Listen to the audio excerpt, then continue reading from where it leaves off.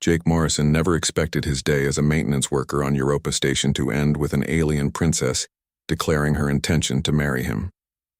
It all started when the Zephyrian diplomatic vessel docked at the station's main port, bringing delegates for the first official peace talks between Earth and the Zephyrian Empire. The Zephyrians were an impressive species, tall, graceful beings with crystalline skin that shifted colors based on their emotions, and elaborate crown-like bone structures atop their heads that denoted their social status. Jake had seen the footage on the news feeds, but nothing prepared him for seeing them in person. He was fixing a faulty atmospheric regulator in the diplomatic quarters when she walked in. The princess, though he didn't know her status at the time, was unlike anything he'd ever seen.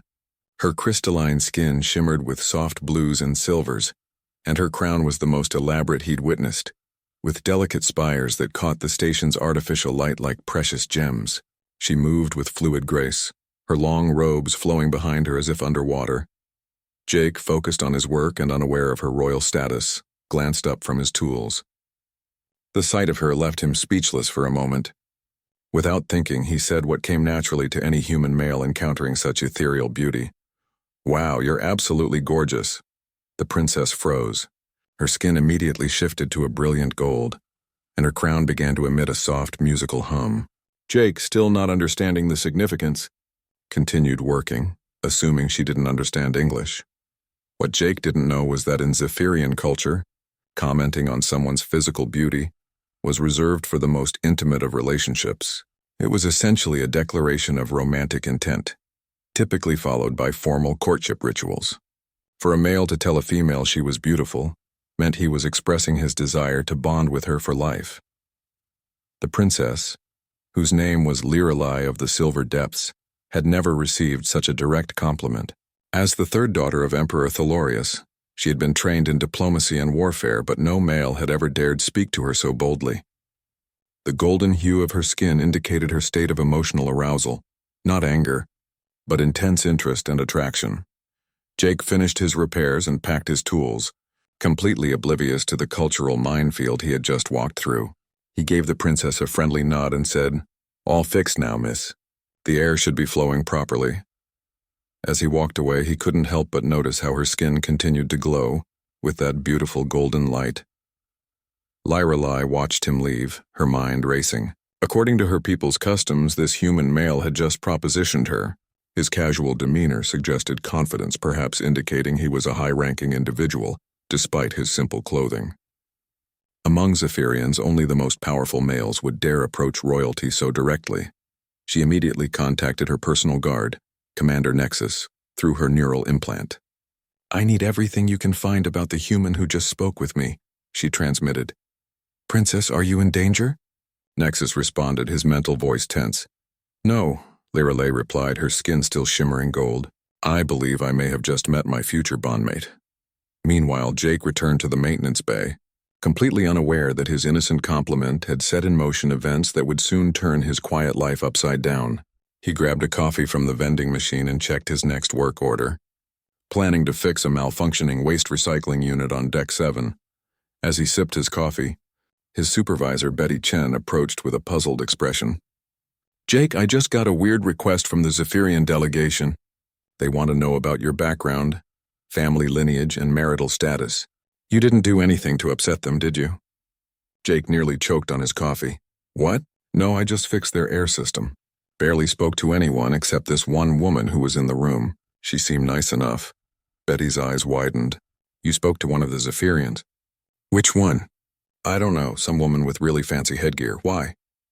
Before Betty could answer, an announcement echoed through the station. "Maintenance worker Jake Morrison, please report to the diplomatic wing immediately. This is an urgent request from the Zephyrian delegation." Jake looked at Betty, who shrugged with obvious concern.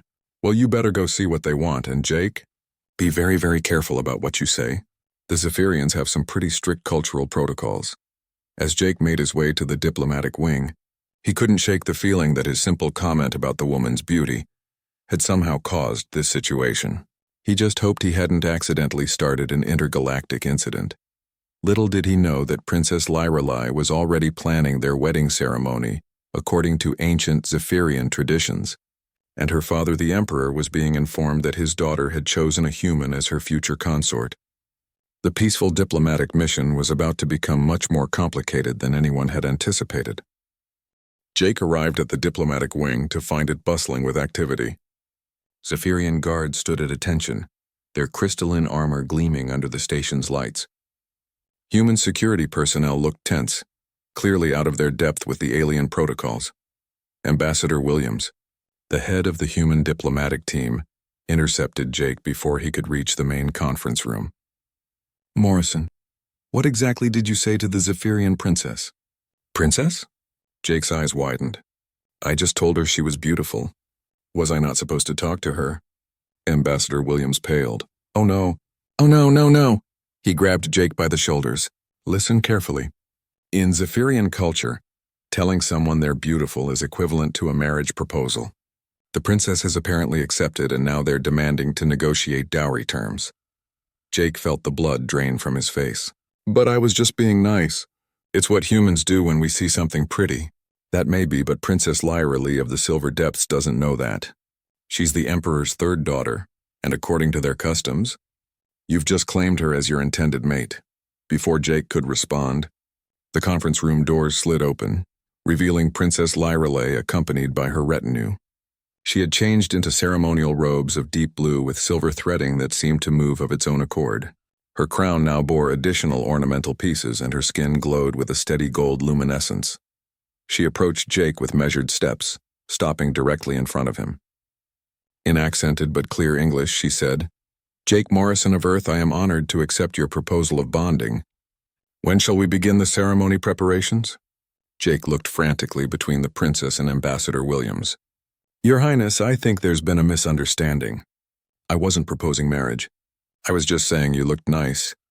Lyra Lee's skin flickered between gold and a deep red, indicating confusion and possible offense. "You deny your words? Among my people, such denial after a beauty declaration is considered a grave insult." Commander Nexus, the princess's guard, stepped forward, his hand resting on his energy weapon. "Human, you have committed to the sacred ritual. To withdraw now would dishonor Princess Lyra Lee and could be seen as an act of war." Ambassador Williams quickly intervened. "Perhaps we could arrange a cultural exchange session, help both parties understand the misunderstanding." Dr. Sarah Kim, the station's xenobiologist, hurried into the room with a tablet full of hastily researched information. "I've been studying Zephyrian bonding customs," she announced breathlessly. "It's incredibly complex. Once a beauty declaration is made and accepted, the couple enters a courtship phase that can last several months." Jake felt trapped. The princess was looking at him with large, hopeful eyes that reminded him of precious stones, while her guards seemed ready to consider him an enemy if he rejected her. What would this courtship phase involve? Jake asked reluctantly. Dr. Kim consulted her tablet. The male must demonstrate his worthiness through various trials and displays of skill. The female's family evaluates his suitability as a mate. If successful, the bonding ceremony takes place, which creates a psychic link between the partners that lasts for life. A psychic link? Jake's voice cracked. Princess Lyra Lee spoke softly. "It is the highest form of intimacy among my people. Through the link, we share emotions, thoughts, and life essence. It is beautiful and eternal." Jake looked around the room at the expectant faces. The princess seemed genuinely excited about the prospect. The ambassador looked terrified of causing an intergalactic incident, and the Zephyrian guards appeared ready to defend their princess's honor. "Could I have a moment to speak with Princess Lyra Lee privately?" Jake asked. Commander Nexus immediately objected. "Unchaperoned conversation between unbonded individuals is forbidden." "Then with a chaperone," Jake amended. "I just want to make sure she understands human customs, and I want to understand hers." Lyra Lee nodded gracefully. "That would be appropriate.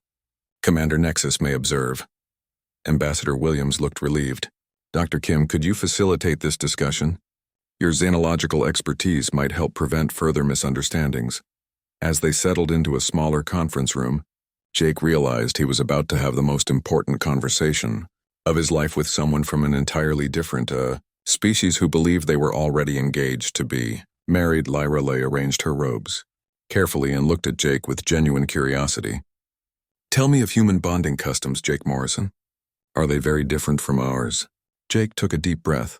wondering how to explain that humans didn't usually get married based on casual compliments, while also not insulting the princess who was clearly taking this very seriously. Well, Your Highness, humans typically get to know each other for a long time before they consider marriage. The princess's skin shifted to a thoughtful purple. How long? Sometimes years. Her crown chimed softly with what Dr. Kim had learned was equivalent to laughter. How wonderfully thorough. Our courtship phase will allow for such extended evaluation. Jake realized he was getting deeper into this situation, rather than finding his way out. 3 days later, Jake found himself standing in the station's main cargo bay, which had been hastily converted into an arena for what the Zephyrians called the Trials of Worthiness. Word had spread throughout Europa Station, and a crowd of curious humans pressed against the viewing windows while Zephyrian nobles observed from elevated platforms. Princess Lirelai sat on an ornate throne that her people had somehow materialized overnight. Her skin glowed with excited silver patterns, and her crown had been modified with additional ceremonial elements that made musical sounds when she moved her head. Jake Morrison, announced the Zephyrian herald, you must complete 3 trials to prove your worthiness as a bondmate for Princess Lirelai of the Silver Depths. First, the trial of strength. A massive Zephyrian warrior stepped forward, easily 7 feet tall and covered in natural crystalline armor. His crown was simple but intimidating, marking him as a career military officer. This is Commander Thane, Princess Lirelai explained. You must best him in single combat.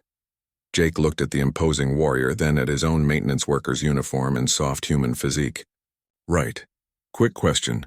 Does best him mean I have to kill him or just, not die? Commander Thane's skin flickered with what Jake was learning indicated amusement. First blood, human.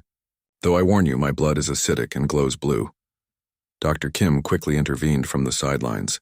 Jake, Zephyrians value cleverness as much as raw strength.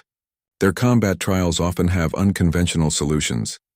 Jake studied the arena, noting the various tools and obstacles that had been placed around the space. An idea began forming. Commander Thane, I accept your challenge, but I request the right to choose weapons. The warrior nodded approvingly. A tactical decision. Choose.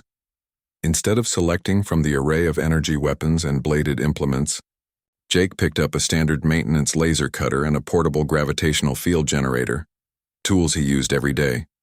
Commander. Thane looked puzzled but took a ready stance with his traditional energy sword. Begin when ready, human. Jake activated the gravitational field generator, creating a localized low-gravity zone around Thane's feet. The surprised warrior suddenly found himself floating helplessly, his combat stance useless without proper footing. I yield, Thane called out, laughing with genuine appreciation. Cleverly done, Jake Morrison. You turned my strength against me by removing its foundation. The Zephyrian audience chimed their approval, their crowns creating a musical symphony. Princess Lirelai clapped her hands together, her skin radiating bright gold with pride. The trial of wisdom, the herald announced next. An elderly Zephyrian female approached, her crown the most elaborate Jake had yet seen, indicating high intellectual status. I am Scholar Valixia. You must solve the paradox of the infinite mirror. She gestured to a complex holographic display that showed an endless series of reflections, each containing mathematical equations that seemed to reference the next reflection in an impossible loop.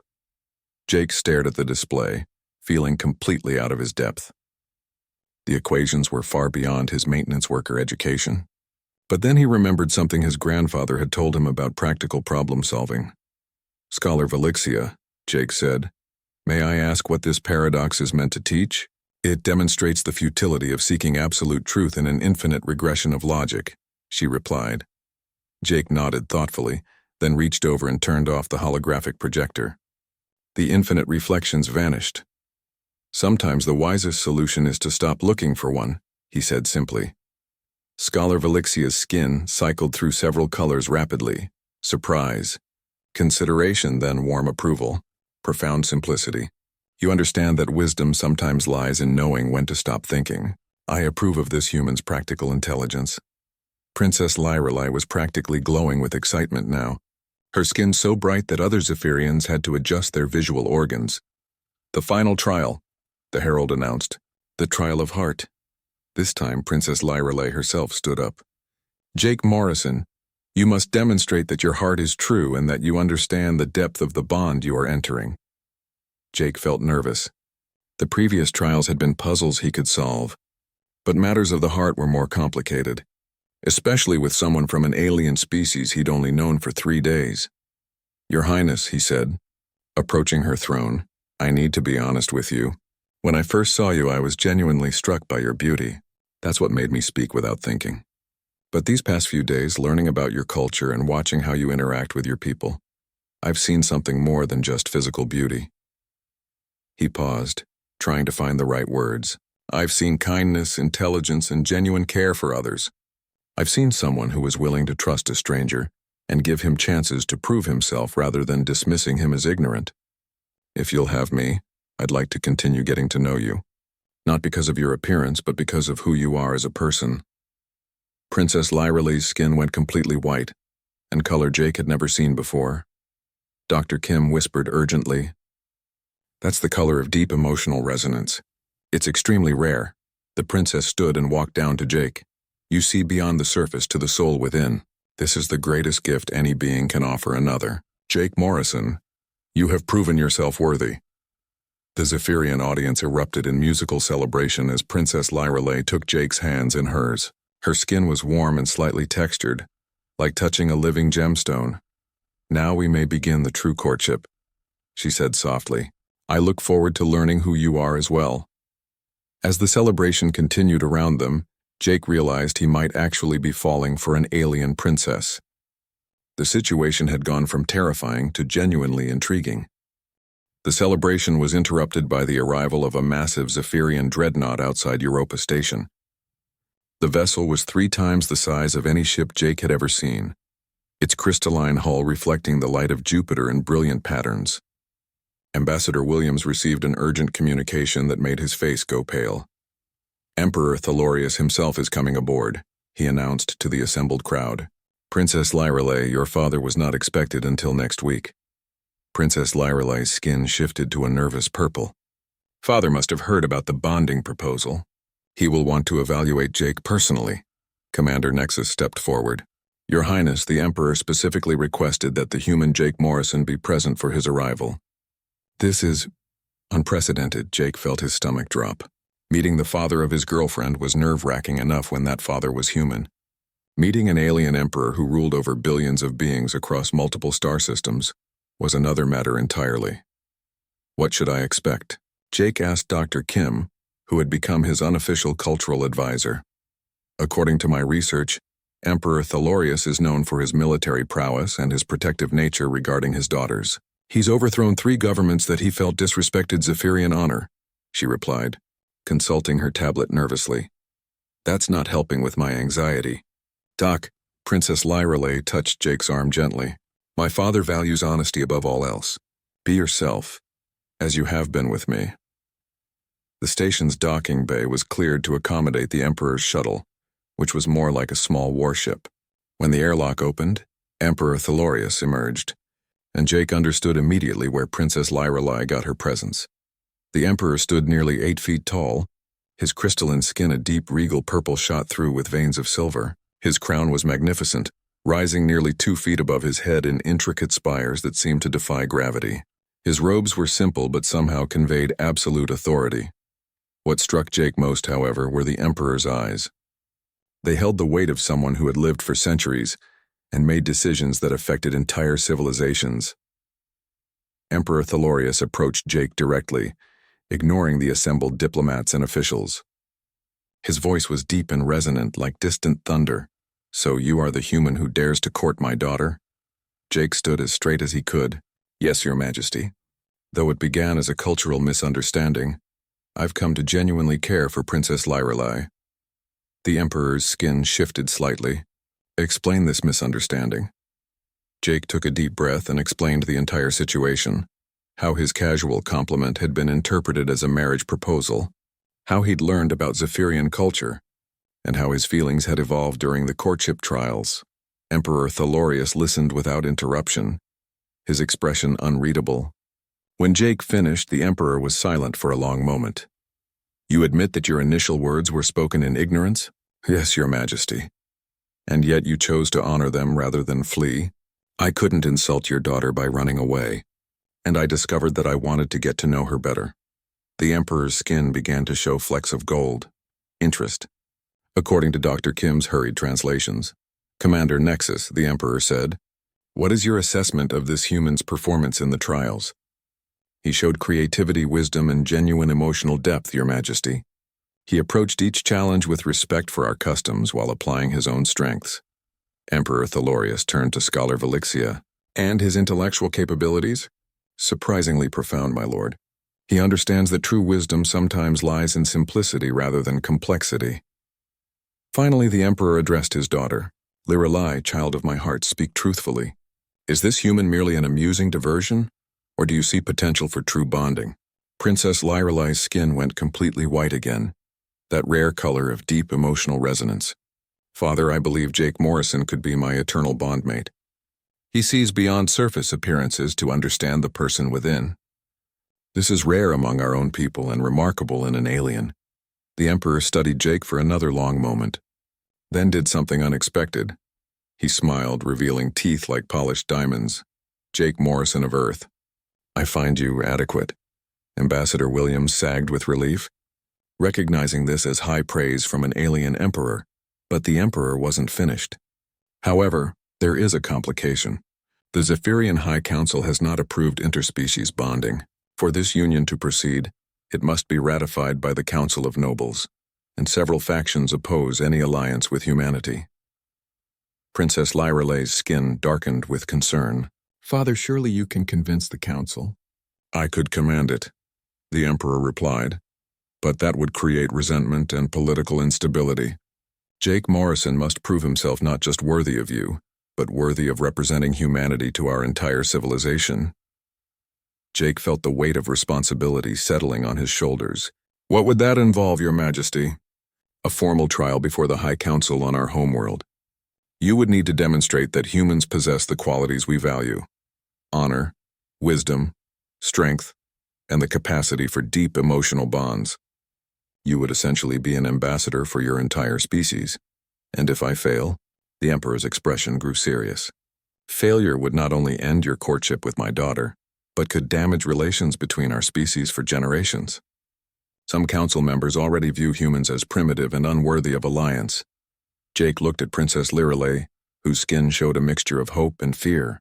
He thought about his simple life as a maintenance worker, never imagining he'd be responsible for interstellar diplomacy. But he also thought about the past few days, learning about Zephyrian culture, watching Lirelai interact with her people, and feeling something he'd never experienced before, a connection that transcended species. When do we leave for the homeworld? Jake asked. Emperor Thalorius's skin flashed with approval. 3 days. Use the time wisely, Jake Morrison. The future of 2 species may depend on your performance before the High Council. As the Emperor and his retinue departed, Jake realized his adventure was just beginning. The easy part, accidentally proposing to an alien princess, was over. Now came the hard part, proving that a human maintenance worker deserved to join the royal family of one of the galaxy's most powerful civilizations. The Zephyrian homeworld of Crysthera was unlike anything Jake had ever imagined. The capital city rose from the planet's surface in spiraling towers of living crystal that seemed to grow rather than be built.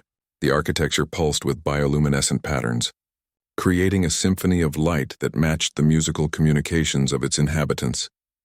Jake stood in the preparation chamber of the High Council building, wearing formal robes that Princess Lirelai had selected for him.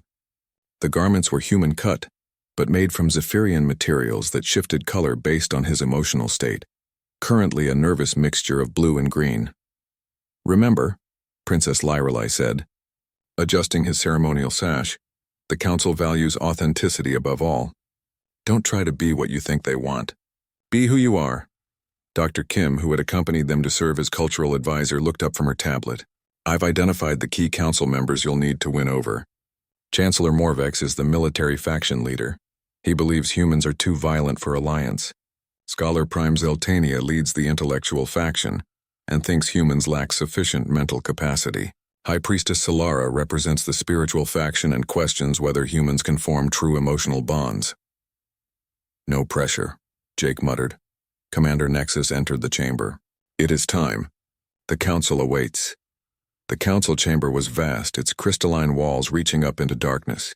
12 massive thrones arranged in a circle, each occupied by a Zephyrian noble whose crown indicated their specific area of authority.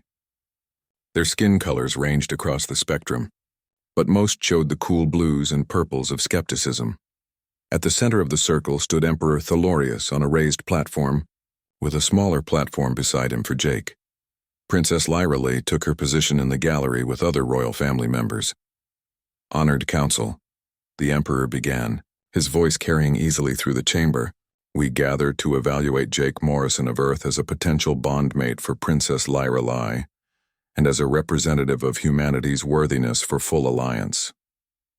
Chancellor Morvex rose first, his massive frame imposing even by Zephyrian standards.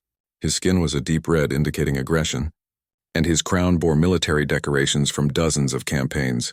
Human, he said, his voice like grinding stone. Your species has a documented history of violence.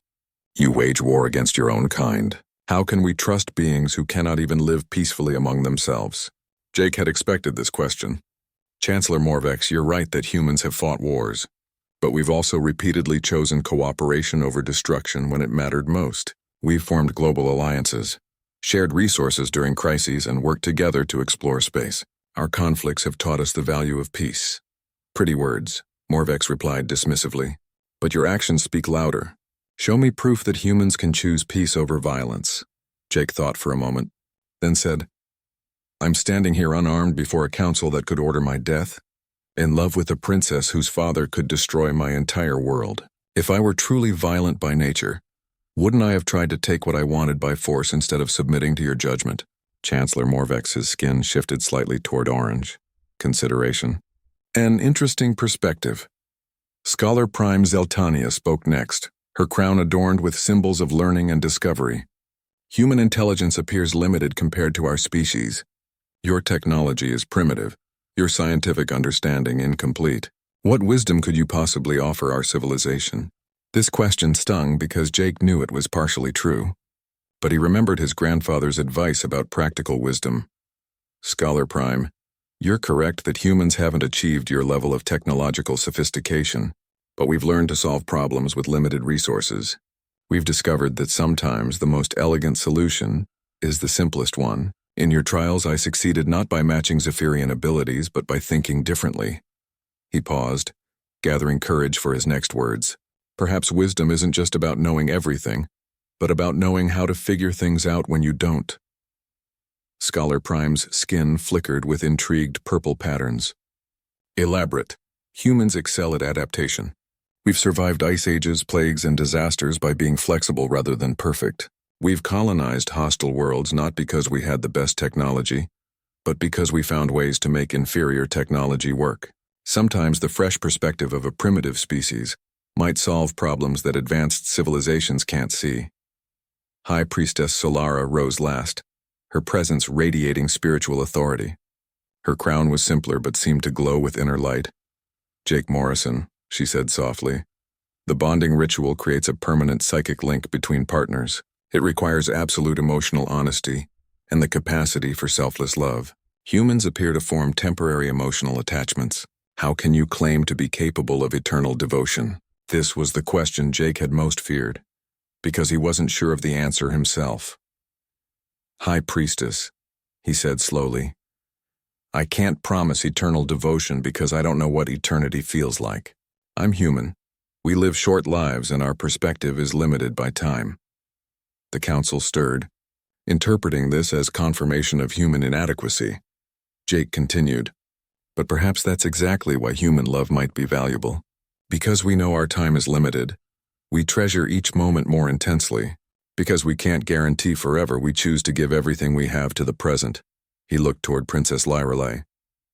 I may not be able to promise Princess Lyrale eternity, but I can promise her that every day I have, every thought I think, every choice I make will be dedicated to her happiness and well-being. Maybe temporary devotion that burns brightly is worth more than eternal devotion that takes forever for granted. High Priestess Solara's skin began to show the white of deep emotional resonance. You offer intensity in place of infinity? I offer a human heart, with all its limitations and all its passion. The three faction leaders conferred among themselves in rapid musical tones. The other council members joined the discussion, their crowns creating a complex harmony of communication that Dr. Kim couldn't translate fast enough. Finally, Chancellor Morvex spoke for the group. Jake Morrison, we find your responses unexpectedly compelling. You have not tried to claim superiority, but instead offered a different kind of value. However, words alone are insufficient. The Council requires a demonstration of the bond you claim to share with Princess Lirelai. Emperor Thalorius stepped forward. The Council calls for the ritual of true sight. Princess Lirelai, approach. Princess Lirelai descended from the gallery, her skin glowing with nervous anticipation. She took Jake's hands in hers as High Priestess Solara began to chant in an ancient Zephyrian dialect. The ritual will temporarily link your minds, the High Priestess explained. The Council will observe the nature and depth of your emotional connection. If it is false or shallow, all will know. Jake felt a tingling sensation as the psychic link formed. Suddenly he could sense Princess Lirelai's thoughts and emotions as clearly as his own. He felt her nervousness, her hope, her growing affection for him, but also her fear that he might not truly care for her beyond the diplomatic necessity. Through the link, he shared his own feelings, his initial confusion, his growing admiration for her kindness and intelligence, his genuine attraction that went far beyond physical beauty, and his willingness to change his entire life for the chance to be with her. The council members' skin colors shifted to various shades of amazement as they observed the authentic emotional resonance between the human and their princess. When the ritual ended, High Priestess Solara announced, "The bond is genuine and surprisingly strong. I sense true potential for eternal devotion," Chancellor Morvex added.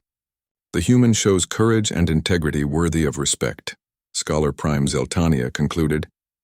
"His intellectual approach offers valuable diversity to our civilization." Emperor Thalorius smiled.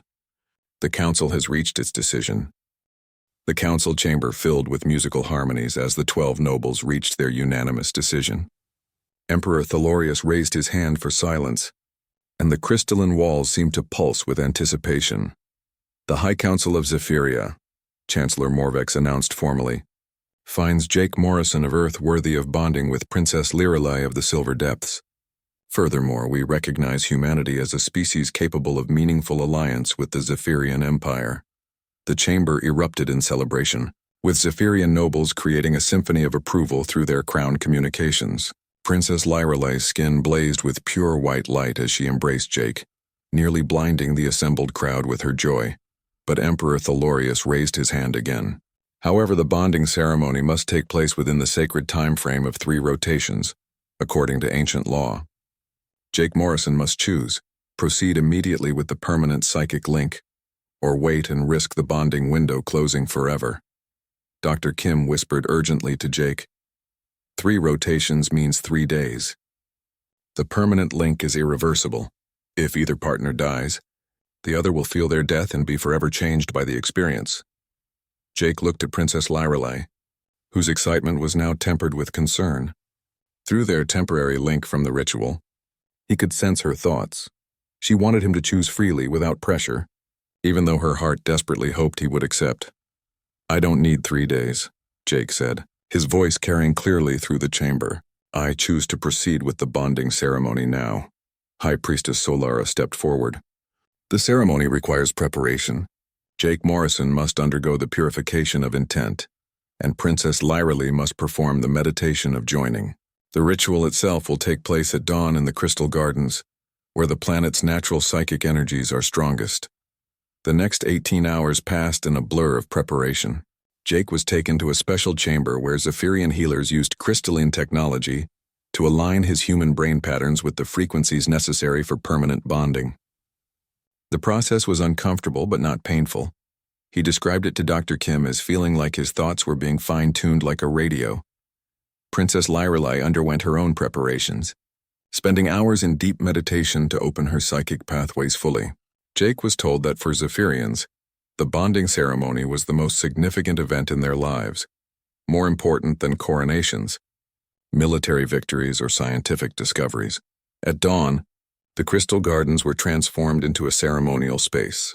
Thousands of Zephyrian citizens gathered to witness the historic first interspecies bonding in their civilization's history. Representatives from dozens of allied worlds attended via hologram, and even Earth's government sent a hastily assembled delegation. Jake stood in traditional bonding robes at the center of a naturally formed crystal amphitheater. The early morning light refracted through the surrounding formations, creating dancing patterns of every color imaginable. Princess Lyrelai approached from the opposite side of the circle, her ceremonial dress flowing like liquid starlight. High Priestess Solara began the ancient chants, her voice joined by a chorus of spiritual leaders. The crystals around them began to resonate, creating harmonics that Jake felt in his bones. As Princess Lyrelai took his hands, he could sense the psychic energy building around them. "Jake Morrison of Earth," the High Priestess intoned, "do you willingly join your life essence with that of Princess Lyrelai, accepting both the joys and burdens of eternal connection?" "I do," Jake replied, feeling the words carry more weight than any he'd ever spoken. "Princess Lyrelai of the Silver Depths, do you willingly join your life essence with that of Jake Morrison, bridging two worlds through the bond of your hearts?" "I do," she replied, her skin now radiating light so brilliant that the gathered crowd had to shield their eyes. The High Priestess raised a crystal formation that had grown specifically for this ceremony. "Then let the bonding begin." The sensation was indescribable. Jake felt his consciousness expanding, touching Princess Lyrelai's mind not temporarily as in the ritual, but permanently and completely. Her thoughts, memories, and emotions flowed into him while his own essence merged with hers. He experienced flashes of her childhood on Crysthera, her training as a diplomat, her loneliness as a princess who had never found anyone who saw past her royal status. She in turn felt his human memories growing up on Earth, working with his hands the practical wisdom passed down from his grandfather, and the wonder he'd felt upon first seeing her.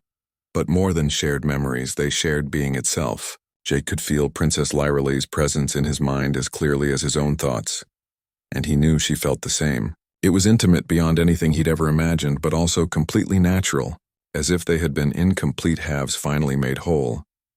The crystalline formations around the amphitheater began to glow in response to their psychic energy, creating a light show that could be seen from orbit.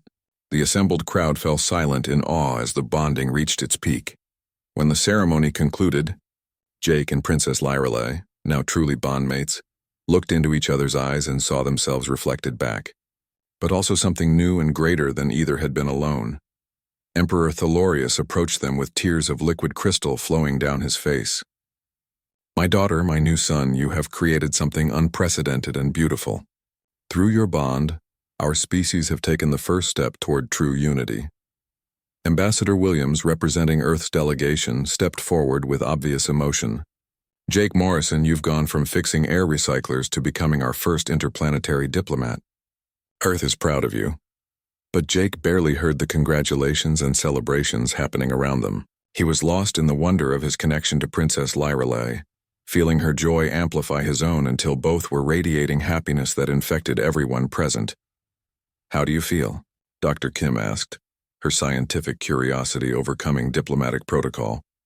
Jake and Princess Lyrelai answered simultaneously, their voices perfectly synchronized, complete. As the celebration continued, Jake marveled at how a simple compliment about beauty had led to the most profound transformation of his life. He was no longer just human, and Princess Lyrelai was no longer just Zephyrian. They had become something new. The first truly interspecies consciousness in known galactic history. Through their bond, he could sense her thoughts. The ceremony was just the beginning. Now came the real adventure of building a life together and serving as bridges between their two worlds. Jake smiled, feeling more ready for that challenge than he'd ever been for anything in his life. After all, how hard could marriage be when you could literally share every thought and feeling with your partner? As it turned out, he was about to discover that having a psychic link with your spouse created entirely new categories of relationship challenges that no human had ever had to navigate. 6 months later, Jake stood in the observation deck of the newly constructed embassy station, a joint human-Zephyrian facility orbiting between Earth and Europa. The station served as both a diplomatic center and a research facility studying interspecies cooperation. Much of that research focused on Jake and Princess Lyralay's unprecedented bonding. Through their psychic link, he felt his wife approaching before he heard her footsteps. She entered the observation deck with that graceful movement he'd never grown tired of watching, her skin showing the warm gold patterns that indicated contentment and love. "Enjoying the sunrise?" she asked. Though through their bond she already knew he was thinking about how strange it was to call it sunrise when they were in space. "I'm enjoying the moment," Jake replied, taking her hand. The physical contact amplified their psychic connection, allowing them to share not just thoughts but sensations and emotions with perfect clarity. Marriage with a psychic bond, they had discovered, was both easier and more complicated than traditional relationships. It was easier because misunderstandings were impossible. They could share their exact thoughts and feelings without the limitations of language. It was more complicated because privacy required conscious effort, and sometimes they had to work to maintain their individual identities within their shared consciousness. The council meeting went well, Lyralay shared through their link, sending him images and emotions from her morning session with the Interspecies Cooperation Committee. 3 more worlds have requested to join the Alliance program. Jake smiled, feeling proud of what they had helped create. Their bonding had opened diplomatic channels between dozens of species who had previously viewed both humans and Zephyrians with suspicion. Something about their successful union had convinced other civilizations that meaningful cooperation between different species was possible. "Dr. Kim has been analyzing our bonding patterns again," Jake shared back, transmitting his memories of the morning session with the research team. "She thinks our success comes from the fact that humans and Zephyrians have complementary strengths rather than competing ones." Through their link, Lyralay accessed his complete understanding of the research. Humans, it seemed, brought adaptability, emotional intensity, and practical problem-solving to the partnership. Zephyrians contributed spiritual depth, long-term thinking, and sophisticated cultural wisdom. Together, they created something neither species could achieve alone. "Speaking of Dr. Kim," Lyralay said aloud, "she wants to interview us again about the practical aspects of psychic bonding for her book on interspecies relationships." Jake groaned, sharing his mild annoyance at being constantly studied. "Sometimes I miss when my biggest concern was whether the air recyclers were working properly." Lyralay laughed, her crown chiming with musical notes of amusement. "You wouldn't go back, though?" "Not for anything," Jake confirmed. And through their bond, she felt the absolute sincerity of his statement. A communication signal chimed, and Emperor Thelorius appeared as a hologram in the observation deck. Even as a projection, his presence commanded respect. "My children," he said warmly, "I bring news from both Crysthara and Earth. The Interspecies Alliance Council has approved the establishment of 5 new joint colonies. Your success has inspired other species to attempt bonding ceremonies of their own." "Other species?" Jake asked with surprise. "The Vorthan-Keltari Symbiosis Project begins next month," the Emperor explained. "They're using protocols based on your bonding as a template. The scientific community is calling it the Morrison-Lyralay method of interspecies consciousness integration." Jake felt a mixture of pride and bewilderment through their link. "We have a method named after us?"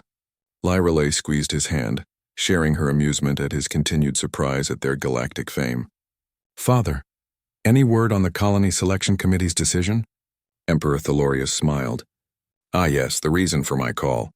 The committee has chosen you two to lead the first mixed-species colony on Kepler 442b. They want the successful interspecies couple to oversee the settlement of 50 human families and 50 Zephyrian families." Jake felt his wife's excitement spike through their bond. They had applied to lead a colony because they wanted to help prove that different species could truly live and work together, not just cooperate at a distance. "When do we depart?" Lyralay asked. 6 months. That should give you time to complete your current diplomatic commitments and prepare for the challenges of colonial leadership. After the Emperor ended the communication, Jake and Lyralay stood together looking out at the stars, sharing dreams and plans through their psychic link. Are you nervous about leading a colony? Jake asked. With you? Never, Lyrelei replied through their bond, sending him waves of confidence and love. We've already proven that impossible things can work when the right beings work together.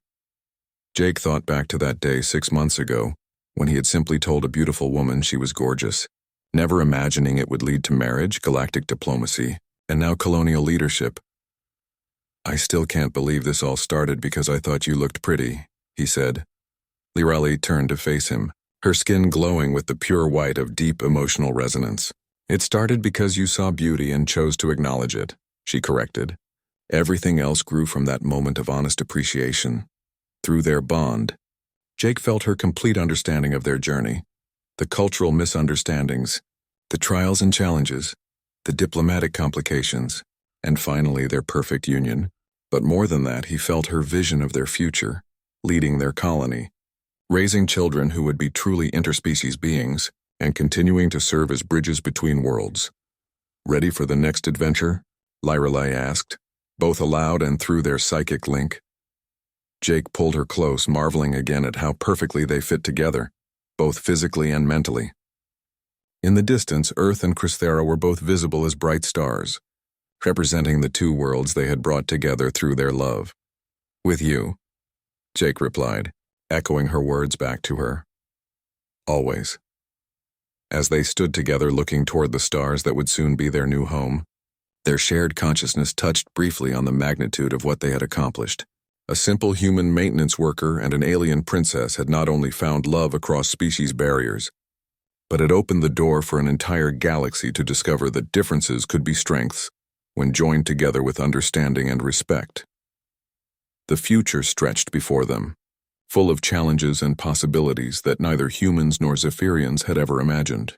But whatever came next, they would face it together, their psychic bond ensuring that they would never be alone in their struggles or their triumphs.